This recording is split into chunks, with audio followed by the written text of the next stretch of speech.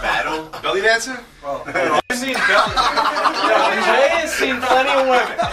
Jay has seen plenty of women up close and personal. And I'm talking. MC battles? Yeah. That's not what sonduska said. I've seen that. It's good stuff. Don't listen to him. But told you what I was supposed to talk about though. Yeah. So quickly, you tell me about your new project. And I believe there's a certain person from another Long Island band who's involved. 2 people actually. It's myself and Rich Courage, who's formerly of Magnetic North. We're going to talk about him later.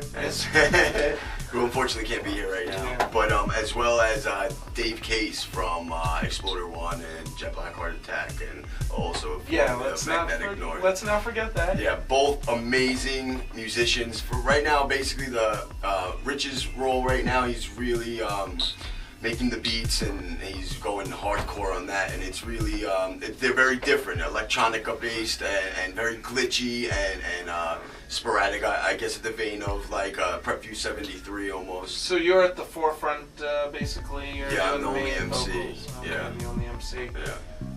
And they also sing as well on some hooks and other things, you know. So it's definitely a different project for me, and you know, for hopefully for my listeners too. Absolutely, I believe it's going to be different for the listeners. I think because I'm personally pushing my boundaries, because I've never actually worked with musicians with such talent like those guys have, you know.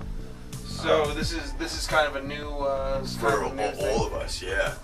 And we're all at that same level where we're like, okay, this is really cool, you know. It's something different for everybody, you know. But it's still got same things that we're used to. Just it just evolves now. It just gets bigger and broader. Awesome. So we're here with everyone from Genre Clash, New Muse, just like a whole slew of bands. And when we come back, we're gonna talk to the rock side of things, and we're gonna keep this thing going. But in the meantime, okay, is that right, Argotec? Well, it's not only me, yeah, but it's Argotec, who I think we're gonna roll with that name. With Rich Courage, and Dave Case, the former guys from Magnetic North, and then you got before that we played FG. Interesting guy. He's got the Coochie Monster. I remember when I approached him, and I thought he was part of like Conceptual Elements, and I saw the CD with the Coochie Monster. What looked like a Cookie Monster. So that. And I actually have. He has different tastes, you know, cookies, coochies, you know. Can't just have the same diet. There you go. I like that. Got the rock side of things. Starting with you. Who's who? What do you do? I'm Chris. I'm in They Fall to Pieces. Good band. Thank you. And I'm Chris. I'm in Revenge of the Dragon. I'm Paulie Blunt, Cycling Bass, Revenge of the Dragon. I'm George. I try to sing for Revenge of the Dragon. I have an interesting story, but let me just ask you: weren't you in the studio once before? Me personally, yes, you. You used to be in the band that's on my T-shirt. You're love the T-shirt. Yeah. Found this guy when he was Year of the Locust, and you found your way into Revenge of the Dragon. That's because of me, man. Oh, you're I cool invited now? Christopher down here. Yep. Talking to the mic? I invited Christopher down to Revenge of the Dragon practice. We got rid of one of our guitar players, and Chris was the first person I could think of. Now, I have an interesting story. Everyone here you guys are gonna be playing at the Genre Clash. You guys had to do Momentum. If anything gets broken, Mike's responsible. So. Broken. All right. Way to go. Anyway, so here's an interesting story. In 1997 or 98, I went to the city to see Seven Dust play, and I think I want to call the club Roxy. I'm not sure. It was a tiny club. Human Waste Project played. Urban Plaza. It was Urban Plaza. A band called Coldplay. Am I stupid? What the hell's the name of the band? Reminds me of like, you know, Quicksand and a lot of stuff from the early 90s. Yeah, that's, you know, that's my influences. You know, that's my biggest influence. You know, Quicksand, Bad Brains. Is that what you guys like? What makes Revenge of the Dragon stand out from the other projects you've done?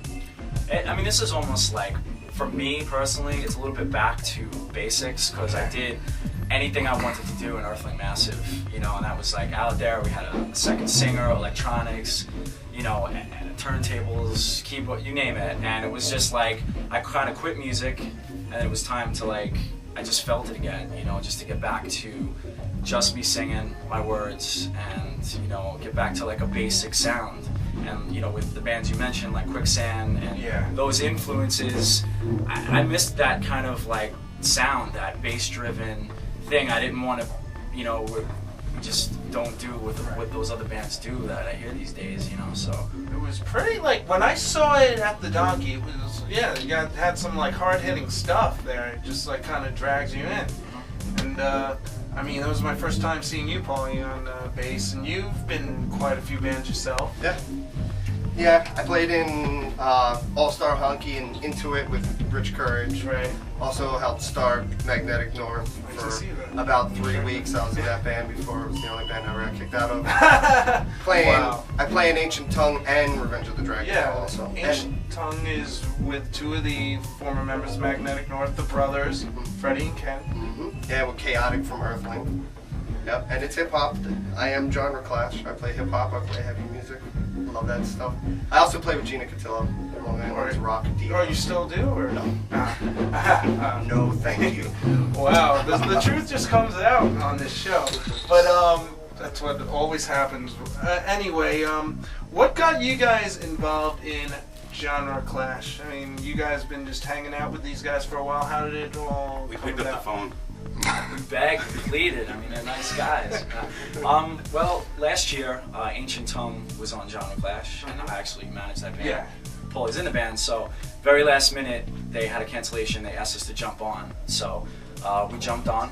Yeah, we jumped on, and you know, this year they were nice enough to ask us to do it again and actually be on the flyers and the t-shirts and stuff like that.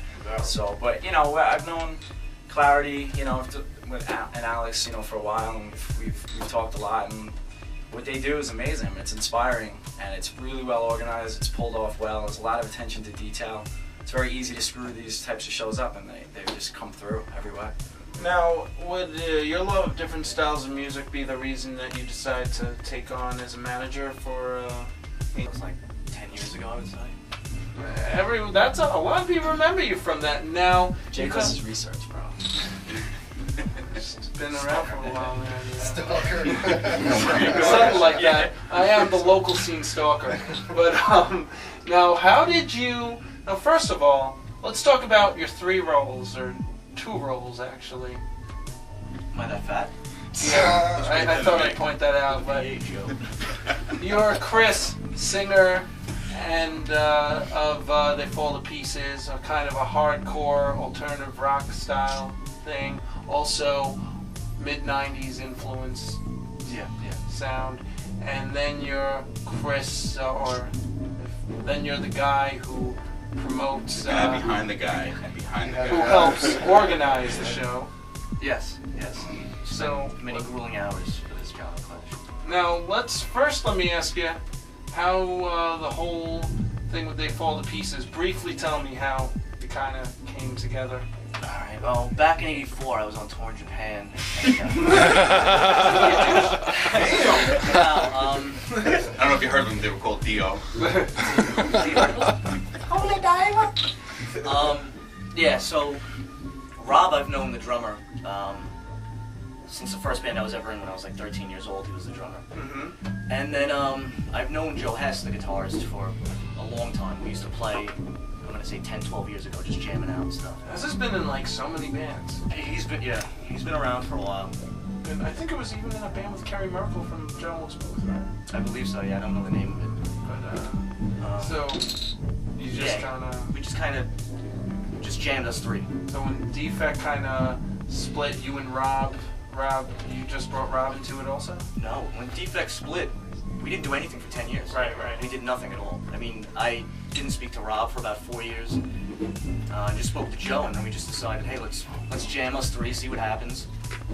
And we did that, and then we stopped for about 4 years. Cool. And then So we started again. now what? So what separates you being in the band, and then what's your role working with Clarity? you know, to try to get this whole thing going? I don't know. What is my role?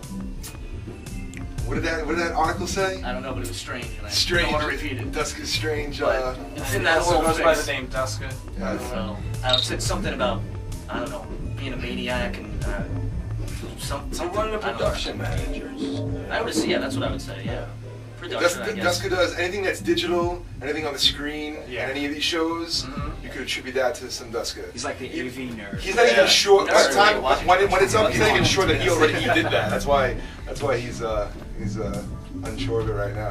It's like, oh yeah, I did that. That's right. Yeah, he's a techie.